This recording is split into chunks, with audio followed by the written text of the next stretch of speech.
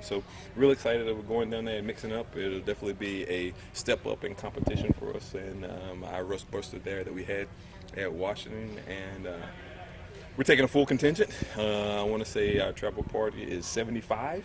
So could you imagine transporting 75 to and from Northwest Fayetteville, which we're going to do on Wednesday. We're going to go in waves.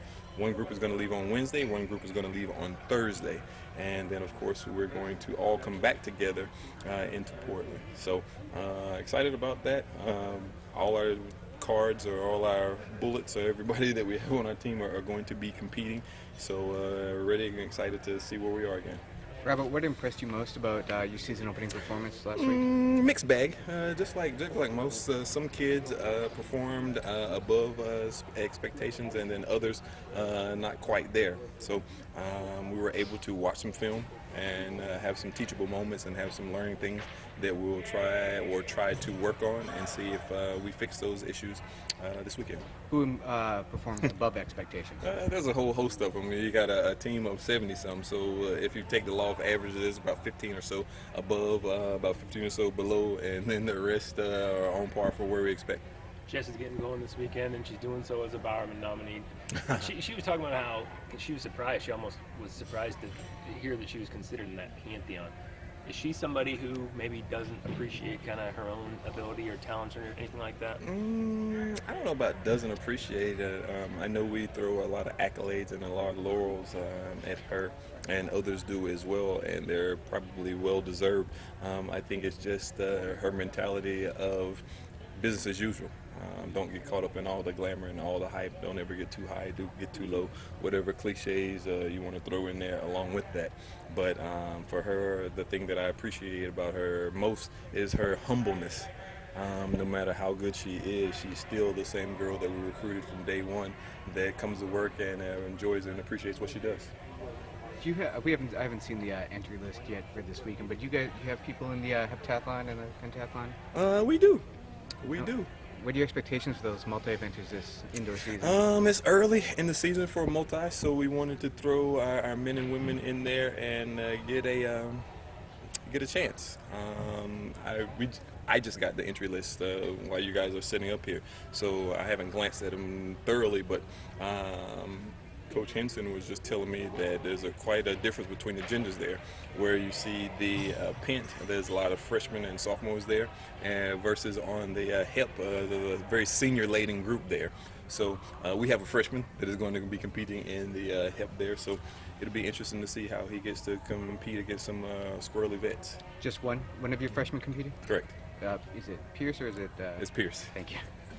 It's been a couple seasons since you've been in this meet in Fayetteville. You mentioned, higher competition. What's the atmosphere usually like down there for you guys? We haven't been there in a while, but when we're there, they're probably the second most knowledgeable fans in the country here. We are very proud of being Tracktown USA, but they do a good job. They do a good job there in hosting the meet. We have one of our former director of operations in Matt Downs that is going to be quarterbacking the show behind the scenes. So he did a good job here. I'm sure he'll do a good job there. And like I said, they have a large contingent of teams there, so it should be fun. Coach, the Oregon Library has a track and field exhibit up right now. Yes. And, with Hayward Field being redone, what does it mean to have the school kind of keep up the history and keep that alive? I'm forever learning, and there's some exhibits and things over there that I've been keeping up with and seeing that is pretty spectacular. Some of the letters there that I had no idea about, and then some of the little speeches and the little things like that, little memorabilia stuff I find unique. And so for the library to do that, I think is awesome. It just definitely goes to show our roots are based in track and field in this part of the country. Do you have any letters that are going to end up in there some point down the line? No. I often say that all those accolades are for people that are no longer here. So hopefully I can hold off on those for a little while longer. Robert, at the preview, it looked like the hurdlers they did really well. Edwards, Harvey, and Anderson. Were you surprised by that? And what do you see out of those guys for the rest of the season? To his point, that's one of those surprises there in Edwards and Harvey. Those were definitely PRs for those young men there. So They've been training well, and so I expect more of the same. More of the same for them to go out there and run well again, and then for Anderson to add his name into that mix of sub 8 second guys there. So he's been training really well as well. So just a matter of time before they put it all together and run something really hot. You know, the indoor season feels like it goes by real fast. Not a lot of meets. Is there an emphasis on saying, hey, you know, people got to get qualified sooner rather than later? Absolutely. Just like you said, there's not a long time there. It starts in January and ends in March. And then, of course, before March gets here, you have to have a qualifying mark to be in the top 16 to go to the NCAA championship. So it's 100% one of those things that definitely hurries by.